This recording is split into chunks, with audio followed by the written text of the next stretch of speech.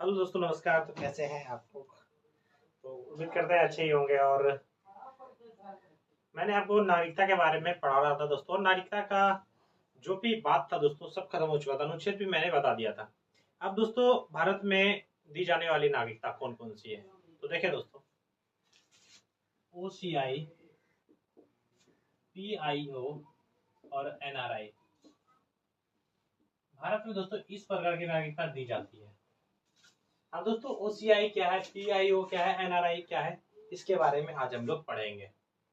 तो दोस्तों, OCI OCI क्या होता है दोस्तों? ओसीआई का मतलब होता है दोस्तों ओवरसीज सिटीजनशिप ऑफ इंडिया। यानी कि वैसे नागरिक जो भारत के तो हैं लेकिन वह विदेश में रह रहे हैं दोस्तों। यानी कि वैसे व्यक्ति जो एनआरआई हो गए, बाहर रह रहे हैं, और बाहर रहने का निजी कारण हो सकता है दोस्तों, व्यापार, शिक्षा, कुछ भी हो सकता है। तो वैसे व्यक्ति को दोस्तों ओसीआई कार्ड के अंतर्गत रखा गया है। यही था दोस्तों। मत यार।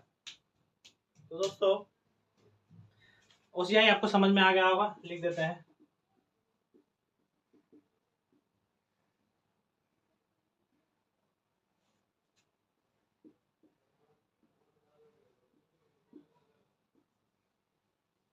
ओवरसीज सिटीजनशिप ऑफ इंडिया, ये है दोस्तों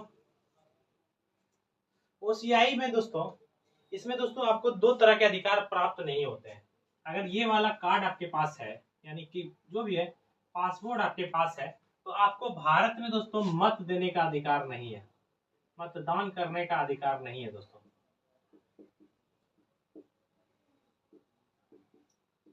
और दोस्तों, चुनाव में आप खड़े भी नहीं हो सकते हैं। चुनाव में खड़े, ये दोनों कार्ड आप लोग के लिए वंचित हो जाएगा दोस्तों, अगर ओसीआई कार्ड आपके पास है दोस्तों। अब ओसीआई कार्ड के पहले ही दोस्तों, इसको जो है दोस्तों, ओसीआई कार्ड पीआईओ के बदले ही 2015 में लाया गया है। पहले दोस्तों पीआईओ ही कार्ड चलता था।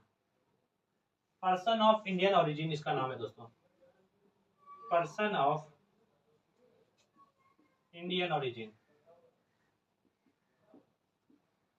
यानी कि दोस्तों, पीआईओ कार्ड का मतलब है दोस्तों कि कोई भी मतलब, सॉरी दोस्तों, कोई भी दोस्तों अगर आपके माता पिता, दादा दादी, मतलब परदादा परदादी, कोई भी अगर वंश आपका आपसे पहले भारत में रह रहा हो, वैसे व्यक्तियों के लिए दोस्तों, और आप किसी कारण बाहर रह रहे हैं, तो वैसे लोगों को दोस्तों पीआईओ की नागरिकता दी जाती थी।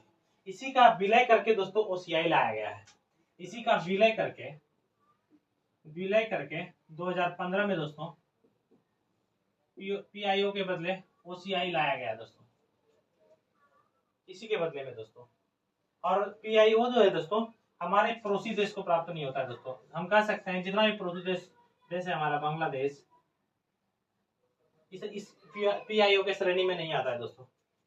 बांग्लादेश, भूटान, नेपाल, अफगानिस्तान,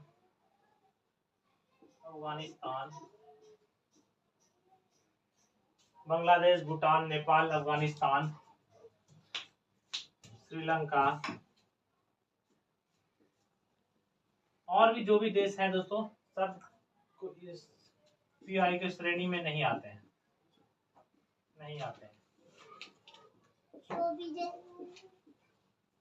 पीआई के श्रेणी में नहीं आते हैं।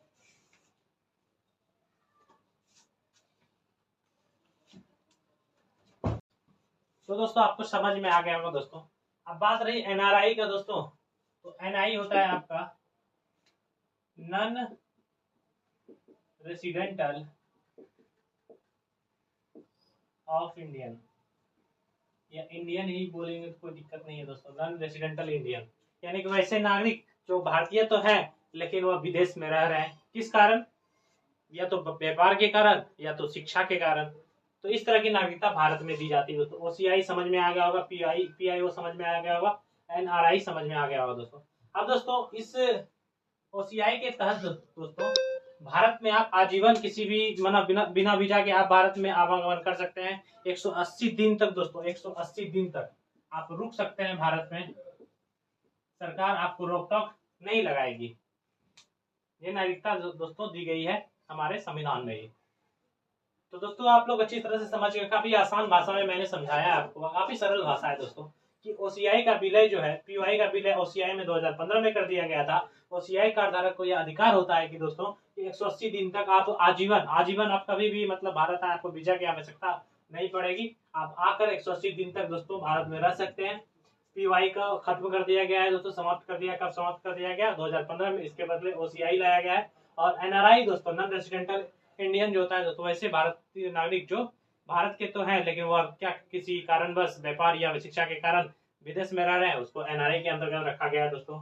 तो इस प्रकार के इस नागरिकता जो दोस्तों भारत में दी जाती है, आपको समझ में आ गया होगा। और जो भी ओसीआई में आते हैं दोस्तों, उसको मतदान करने का अधिकार प्राप्त नहीं होता है, चुनाव में खड़े होने का अधिकार नहीं होता है।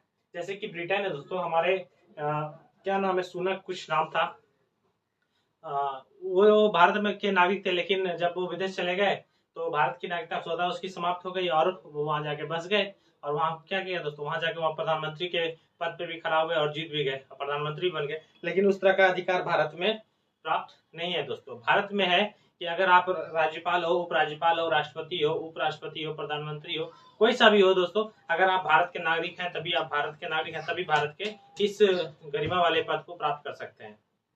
और भारतीय नागरिक की नागरिकता दोस्तों, भारतीय नागरिक की मूल नागरिकता जो है समाप्त नहीं होती है किसी भी स्थिति में। तो दोस्तों आपको समझ में आ गया होगा, काफी अच्छे तरीके से मैंने आपको समझा दिया है। और अच्छे लगे वीडियो तो शेयर कर दे, शेयर करने से दोस्तों एक मोटिवेशन मिलता है शिक्षकों को। धन्यवाद।